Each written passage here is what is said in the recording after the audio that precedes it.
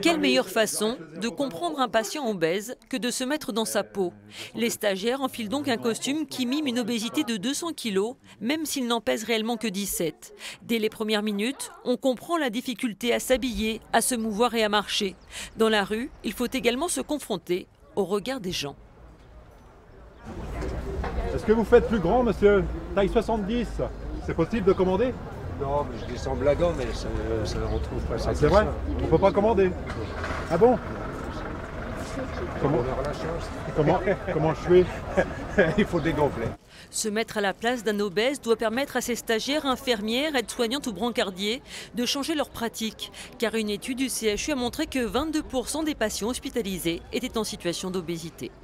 C'est approcher ces patients-là de façon différente, en les comprenant mieux.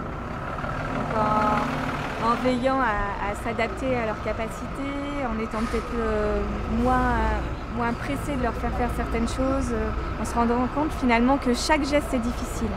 L'autre objectif de cette formation, c'est la prise en charge logistique des patients obèses, notamment pour éviter les troubles musculo-squelettiques, adopter la bonne posture et utiliser le matériel adapté pour se préserver, une demande forte de la part du personnel. Quand en tant que soignant, on n'a plus les bons gestes, on a tendance à se faire mal au dos, à se faire mal aux épaules. Pour les transferts de brancards sur les tables de radio, même sur un fauteuil, on est obligé d'appeler nos collègues aides manutention qui ne sont pas toujours disponibles à l'instant T. Donc là, on essaye de se débrouiller par nos propres moyens. Reste à savoir si ces nouvelles pratiques sont transposables au quotidien quand on sait que le personnel travaille parfois à flux tendu.